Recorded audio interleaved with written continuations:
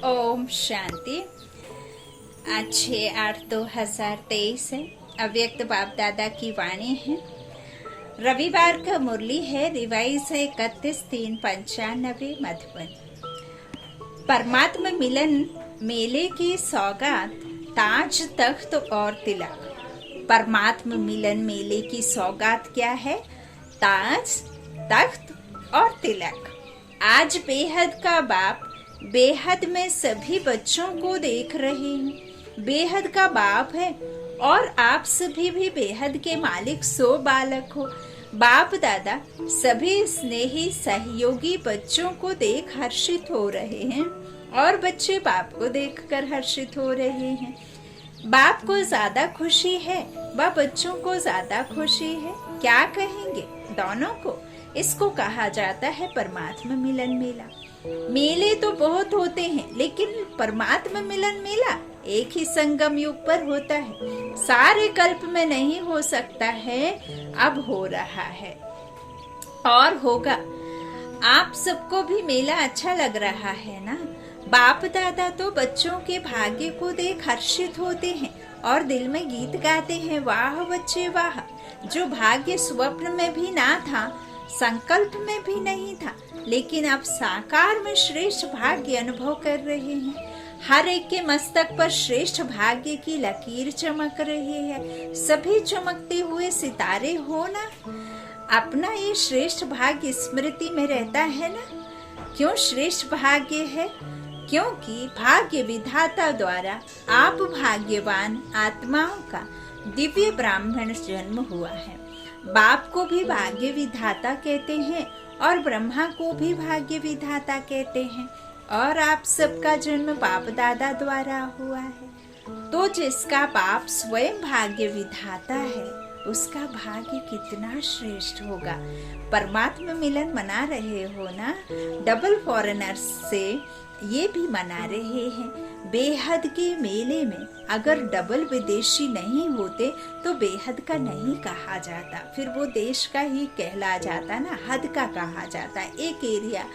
अब तो पूरे विश्व की बात है, तो डबल विदेशी फिर कैसे कहा जाता? यदि हमारे ही एरिया में होता तो बाबा क्या कह रहे हैं, बेहद का उसे नहीं कहा जाता अगर डबल विदेशी नहीं होते। तो आप लोगों का भी विशेष पाठ है, जो बाप और सर्व बच्चे देख देख हर्षित होते। भाग्य विधाता द्वारा जन्म होना ये सबसे नंबर 1 भाग्य है। साथ साथ सारे कल्प में किसी भी जन्म में एक ही परमात्मा बाप भी बने, शिक्षक भी बने, सतगुरु भी बने और सर्व संबंध भी निभाए। ऐसा सतयुग से कलयुग तक किसको भाग्य मिला है? और अभी आपको मिला है। अभी आप निश्चय और नक्शे से कहते हो कि हमारा पालनहार परम आत्मा है। दुनिया वाले कहने मात्र कहते हैं कि परमात्मा ही पाल रहा है, लेकिन आप कहते हैं कि परमात्मा ही पाल रहा है। हा? आप प्रैक्टिकल अनुभव से कहते हो कि परमात्मा बाप है और बाप ही पालनहार है, पालना कर रहे हैं। नशा है ना, या थोड़ा थोड़ा भूल जाते हो? चलते चलते अपने श्रेष्ठ भाग्य को साधारण समझ लेते हो।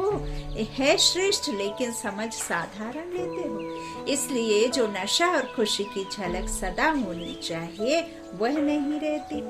वैसे 1 सेकंड भी भूल नहीं सकते, लेकिन कॉमन समझ लेते हो कि बाप मिल गया, हमारा हो गया, हम भी बाप के हो गए। जब हमारा है तो नशा फखर होना चाहिए ना। लेकिन कभी ऊंचा तो कभी मध्यम, कभी साधारण हो जाता है। सोचो, हमारा बाप परम आत्मा है और फिर शिक्षक डायरेक्ट परम आत्मा है। क्या शिक्षा दी आपको? क्या बना दिया? त्रिनेत्री, त्रिकालदर्शी, त्रिलोकी नाथ। ऐसे कोई पढ़ाई पढ़ता है? अभी तक ये डिग्री सुनी है? जज, बैरिस्टर, डॉक्टर, इंजीनियर, ये तो सब डिग्रीज देखी हैं, लेकिन त्रिलोकीनाथ, त्रिकालदर्शी, त्रिनेत्री, नॉलेजफुल, ऐसी डिग्री देखी है? द्वापर से कलयुग तक किसको मिली है? आपको मिली थी। आपने भी तो 63 जन्म लिए हैं, तो ना किसको मिली है ना मिलनी है, ऐसा शिक्षक हमारा है। साइंस वाले साइंस की कितनी भी योजना करें तो भी त्रिलोक तक नहीं पहुंच सकते जहां हम पहुंच सकते हैं। तीनों लोगों का नॉलेज प्राप्त हो नहीं सकता, और आप में तो 5 वर्ष का बच्चा भी 3 लोगों की नॉलेज देता है, वो भी फलक से कहेगा हाँ सूक्ष्म वतन है, मूल वतन है। तो परमात्मा शिक्षक भी है। श्रेष्ठ शिक्षा से ये डिग्री तो प्राप्त कराई, लेकिन दुनिया में सबसे बड़े से बड़ा पद राज्य पद होता है।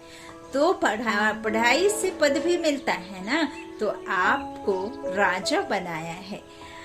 अभी राजा हो या बनना है, हो राजा और बैठे पट में हो, पक्का मकान भी नहीं, टेंट में बैठे हो, तो देखो श्रेष्ठ में श्रेष्ठ पद राज्य पद है।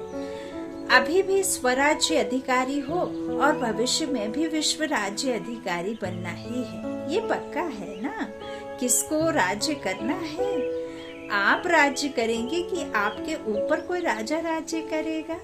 नहीं, ये सब इतने राजा बन जाएंगे, इतने सब राज्य करेंगे। प्रजा भी तैयार की है या अपने ऊपर ही राज्य करेंगे?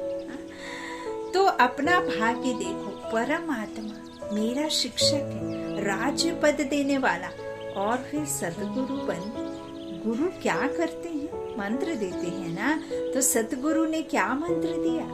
मन मना भव। सतगुरु द्वारा महामंत्र भी मिला और सर्व वरदान भी मिले। कितने वरदान मिले हैं? वरदानों की लिस्ट देखो कितनी लंबी है। रोज वरदान मिलता है ना। वरदान लुटाने वाला वरदान लुटा रहा है, तुम लूटो, है ना। तो बाबा कहते कितने समय से मिल रहे हैं वरदान। इतने वरदान कोई भी फॉलोअर्स को कोई गुरु दे ही नहीं सकते। ऐसा सतगुरु जो रोज वरदान दे, ऐसा देखा अभी नशा है ना। हाँ जी, बहुत अच्छा, सदा रखना। ऐसा नहीं यहाँ से बस में जाओ तो नशा उतरना शुरू हो जाए, सदा बढ़ता रहे। बाप दादा सभी बच्चों को सदा ही हर सब्जेक्ट में नंबर 1 देखना चाहते हैं। नशे से कहो कि हम नहीं होंगे तो कौन होगा। विदेशियों को डबल नशा है ना, अच्छा है। बाप भी खुश होते हैं कि एक एक मेरा बच्चा राजा बच्चा है, प्रजा नहीं है। प्रजा तो पीछे आने वाली है। आप तो फिर भी लक्की हो, तो इतना भी मिलने का चांस मिला है। टेंट में रहना पड़ा तो क्या हुआ, मिट्टी पर तो नहीं सो रहे हो ना, गदेले पर सो रहे हो। ब्रह्मा भोजन तो अच्छा मिलता है ना, मिट्टी वाला तो नहीं मिलता। प्यार से खाते हो ना, थोड़ा बहुत तो होता ही है, होना ही है। क्यों? माया और प्रभु का खेल साथ साथ चल रहा है। अगर परमात्मा द्वारा मेला हुआ तो माया भी झमेला जरूर करती है। आपका काम है मेला करना, उनका काम है झमेला करना। तो झमेला भी हुआ और मेला भी हुआ। किसी ने कहा आंधी चली, कोई बात नहीं, आपके पुरुषार्थ की आंधी है और ये हवा की आंधी है। घबराते तो नहीं होना कि क्या हो गया, नहीं। आंधी आए या बरसात आए, कितनी भी हलचल हो, लेकिन आपका मन अचल है ना। माताएं घबरा तो नहीं गई, टेंट उड़ गया, क्या करें, थोड़ा थोड़ा घबराएं, क्या होगा, तबीयत अच्छी रहेगी नहीं रहेगी। कुछ भी हो, भक्ति से तो धक्के और मेहनत कम ही है ना। भक्ति के धक्के तो नहीं खाते हो ना, मजे में रहते हो ना। तो ये मेला अच्छा लगा या झमेला देखकर घबरा गए? नहीं, कोई नहीं घबराए। 1-2 तो घबराए होंगे। मजा आ रहा है, और भी 2 दिन रखें। अच्छा, बाप दादा भी माया का झमेला देख चक्कर लगाते रहते हैं, खेल देखते हैं बच्चे क्या करते हैं और माया क्या करती है।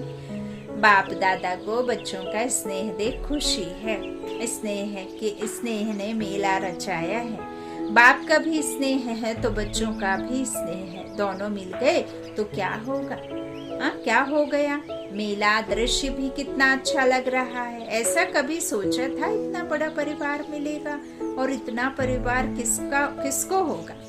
आपके घर कितने हैं? 1 है, और आपके सेवा के स्थान कितने हैं? अनेक हैं। तो उसको भी तो बाबा का घर कहते हो ना। तो बाबा का घर आपका घर। दुनिया कहती है घर बार छोड़ते हैं, और आपने कितने घर बनाए हैं, गिनती नहीं कर सकते हो। याद रखना पड़ता है। तो ये छोड़ना नहीं है, बनाना है। और परिवार को छोड़ा है या परिवार इतना बड़ा बनाया है जो मिलना ही मुश्किल होता है। सारे ब्राह्मण जितने भी जहाँ भी हैं एक स्थान पर मिल सकते हैं, मुश्किल होगा ना, क्योंकि दूसरे का राज्य है ना, अपना राज्य तो नहीं है। अभी ये पुरानी दुनिया है, पुराना राज्य है, अपना तो राज्य है नहीं। लेकिन बाप मिला, बेहद का परिवार मिला, तो बेहद को याद करने से बेहद की खुशी, बेहद का नशा होगा। अगर हद में समझते हैं तो मैं तो फलाने देश में हूँ, फलाने देश का हूँ, फलाने जोन का हूँ, तो हद होती है। लेकिन ये तो निमित्त मात्र निशानी के लिए कहते हैं, है ना। देखो दुनिया में आप कहीं भी जाओगे तो आपके नाम से, आपके पिता के नाम से, आपकी नौकरी के नाम से ही पहचाना जाता है। लेकिन जब हम किसी भी ब्रह्मा कुमारी सेंटर में या कि ब्रह्मा कुमारी सेंटर के भाई बहनों से मिलते हैं, या हम माउंट आबू जाते हैं, प्रजापिता ईश्वरीय विश्वविद्यालय में जब हम आबू में जाते हैं, मधुबन की धरनी में जाते हैं, तो हमारी पहचान सिर्फ एक होती है कि हम सर्व मनुष्य आत्माएं एक पिता की संतान होने के नाते आपस में हम सब भाई भाई हैं, और वर्णों में आने से ब्रह्मा मुख वंशावली भाई बहन हैं, और हम सब विश्व एक परिवार है, क्योंकि हम सब उस परमात्मा की संतान आत्मा है। ऐसे नहीं कि ये फलाना है, ये ठिकाना है, ये जोन के हैं, वो जोन के नहीं। हम एक परिवार हैं, एक परिवार और एक विश्व की परिवार और एक आत्मा परमात्मा की हम संतान हैं। तो बाबा कहते इस तरह से, लेकिन है ये तो निमित्त मात्र निशानी के लिए कहते हैं कि फलाना जोन ये वो, ये फलाना स्थान। बाकी अपने को बेहद का समझते हो ना, नियम भी रखने पड़ते हैं। कई ऐसे भी सोचते हैं कि ये क्या बैज लगाओ तभी खाना मिलेगा, आपको खाने पर तंग करते हैं ना, लेकिन ये करना ही पड़ता है क्योंकि कायदे में फायदे हैं। ये बंधन नहीं है, लेकिन विघ्नों से निर्बंधन बनाने का साधन है। ये क्या नई बात निकाली, ये नहीं सोचना। संकल्प तो बाप के पास पहुंचते हैं ना, लेकिन मर्यादा पुरुषोत्तम आप ही हो ना। कोई राम थोड़ी था त्रेता में ना, मर्यादा पुरुषोत्तम वो तो बाबा ने यहाँ जो बनाया वहाँ आपको प्रालब्धि हुई। तो बाबा कहते या सिर्फ बड़ी दादियाँ मर्यादा पुरुषोत्तम है, आप फ्री हो। मर्यादा पुरुषोत्तम अर्थात मर्यादा के अंदर रहने वाले, चलने वाले। मर्यादा पुरुषोत्तम अर्थात मर्यादा के अंदर रहने वाले, चलने वाले। हाँ जी का पाठ पक्का है ना। अच्छा, और जब कोई बात हो जाती है तो हाँ जी होता है या ना जी भी होता है। जब कोई ऐसी बात करते हैं तो हाँ जी के बदले फिर नानजी में इतने पक्के हो जाते हैं जो बाप भी कहे तो भी नहीं सुनेंगे।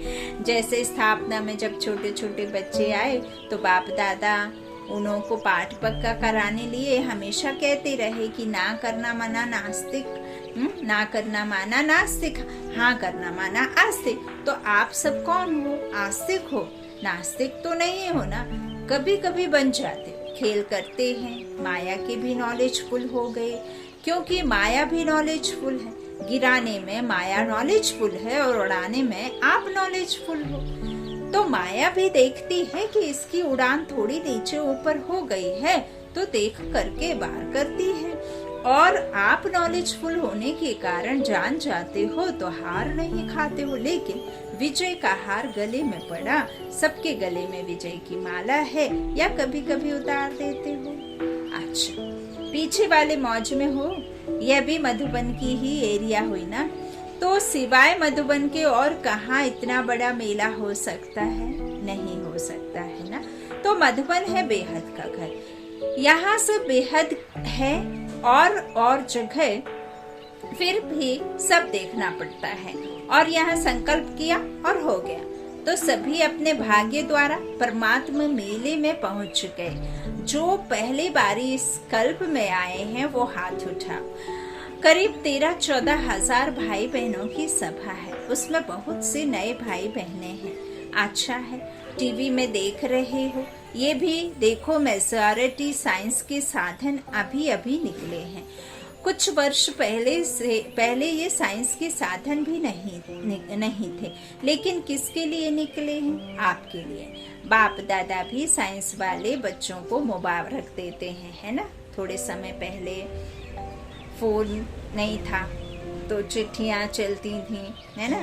देखिए, बैलगाड़ी, घोड़ा गाड़ी, उसके बाद फिर ट्रैक्टर आए, फिर हल जोतने की मशीन आई, फिर देखो क्या क्या आया, फिर फोन भी नहीं थे, है ना। चिट्ठियों के बाद में फिर फोन शुरू हुए, पेश कर देते थे, फिर उसके बाद में डब्बे वाले फोन आने लगे, तो फिर वो दूरभाष जो आते थे वो STD और ISD ऐसे करते थे। अब देखो कितने गैजेट्स आ गए, अब तो मशीनें मुंह में कॉर्ड डालने वाली भी आ गई हैं, है ना। तो इस तरह से बाबा क्या कह रहे हैं कि जो साइंस के जो भी साधन है ना, लेकिन किसके लिए निकले हैं?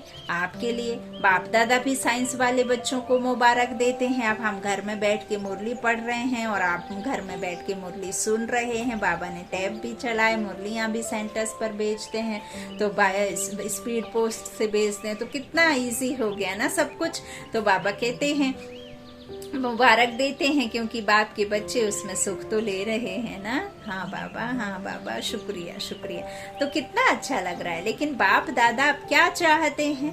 स्थापना हुए कितने वर्ष हो गए, डायमंड जुबली मनाने की तैयारी कर रहे हो, तो बाप दादा ने अभी सभी बच्चों को राजा बच्चे कहा ना। सब राजा हैं, राजा तख्त नशीन होता है ना। राज्य की निशानी ताज, तख्त और तिलक होता है। तो बाप दादा इस वर्ष में चाहे नए हो चाहे पुराने, अगर नए भी हो तो भी समाप्ति का समय तो नयों के लिए भी समीप है, तो पुरानों के लिए भी समीप है। ऐसे नहीं समझना कि हमारे को भी 60 वर्ष शायद मिलने हैं, नए को भी उतना ही और पुरानों को भी उतना नहीं। आपको मेकअप करना है। अगर लास्ट आए हो तो फास्ट जाना है, लेकिन संपन्न होने का, समाप्ति का समय सबका एक ही है। अगर आपका एग्जाम जो डेट आती है तो ऐसा नहीं है कि यदि आपने पढ़ाई नहीं करी है तो आपके लिए कोई डेट एक्सटेंड कर देंगे, पोस्टपोन कर देंगे। जिसने पढ़ाई करी है उसके लिए वही डेट रहेगी, आपके लिए नहीं बनाई जाएगी। नहीं, चाहे आपने पढ़ा हो चाहे ना पढ़ा हो, एग्जाम की डेट आ गई माना आ गई, फिर चाहे आप उसमें फेल हो चाहे पास हो।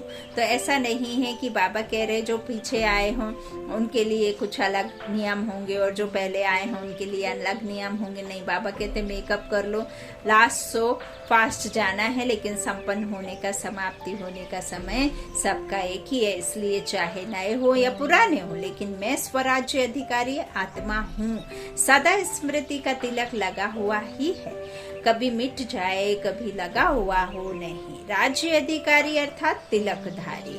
इस स्मृति का तिलक अविनाशी रहे, साधारण नहीं। मैं तिलकधारी हूँ, मैं विश्व कल्याण की जिम्मेवारी का ताजधारी हूँ। कितना बड़ा विश्व है और आप सभी विश्व कल्याणकारी हो, अकेला बाप नहीं है। बाबा ने कहा ना, सहस्त्र बहु हूँ मैं। तो अब कोई उस परमात्मा के 100 या 1000 हाथ नहीं है। जो बाबा के ब्राह्मण बच्चे हैं, जो मातेले बच्चे हैं, जो बाबा के ज्ञान सागर से निकली नदियां हैं, वही तो बाबा के सहस्त्र बहु हैं, जो अलग अलग जाकर के नदियां अपने ज्ञान को फैलाती हैं, है ना। तो इस तरह से क्या है, तो विश्व कल्याण की जिम्मेवारी के ताजधारी और सदा बाप के दिल तख्त नशीन, है ना। आप सभी हो बाप के साथी, नीचे नहीं आना, सदा तख्त नशीन। वैसे भी देखो तो बहुत प्यारे होते हैं, देखो जो बहुत प्यारे होते हैं, लाडले बच्चे होते हैं, तो माँ बाप उनको मिट्टी में जाने नहीं देते, धरने पर पाँव नहीं रखने देते। तो आप कितने लाडले हो या और आने वाले हैं? आप हो तो तख्त को छोड़ करके साधारण स्वरूप, साधारण संकल्प, इस मिट्टी में या धरनी में पाँव नहीं रखो। बुद्धि रूपी पाँव सदा तख्त नशीन हो। परमात्मा बाप के बच्चे हो, महात्मा धर्मात्मा के नहीं हो, परमात्मा के हो। अभी तो सब नशे में ठीक हो, वो तो दिखाई दे रहा है, लेकिन सदा रहेगा ना कि थोड़ा थोड़ा रहेगा, फिर युद्ध करेंगे, फिर विजय प्राप्त करेंगे, ऐसे तो नहीं। ब्राह्मण हो या क्षत्रिय हो, ब्राह्मण हो, क्षत्रिय नहीं हो, युद्ध नहीं करते हो कि कभी ब्राह्मण बन जाते हो, कभी क्षत्रिय बन जाते हो। अगर माया से युद्ध करनी पड़ती है तो क्षत्रिय हुए, ब्राह्मण माना विजयी और क्षत्रिय माना युद्ध करने वाले। बाप दादा को तो कभी कभी बच्चों पर बहुत रहम आता है, बैठते योग में हैं और करते युद्ध हैं, हाँ मेहनत करते हैं, याद नहीं आती है, कभी कोई ख्याल आते हैं, कभी कोई संकल्प आते हैं, कभी कुछ आता है, तो युद्ध ही हुई ना।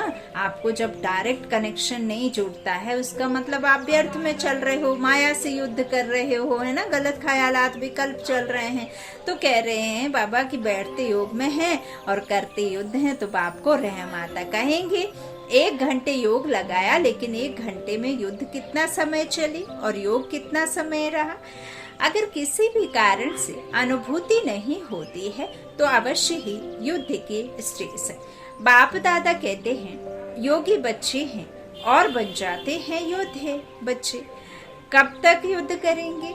अंत तक युद्ध करेंगे। छुट्टी दे दे भले युद्ध करो, छुट्टी चाहिए नहीं चाहिए, फिर करते क्यों हो? कमजोर हो जाते हो तो माया इतना अधीन बना देती है जो चाहते नहीं हो लेकिन कर लेते हो। जैसे कोई सर्वेंट बहुत भोले होते हैं तो मालिक उसे अधीन बना लेता है ना, उसकी मजबूरी का फायदा उठा लेता है, कमजोरी का।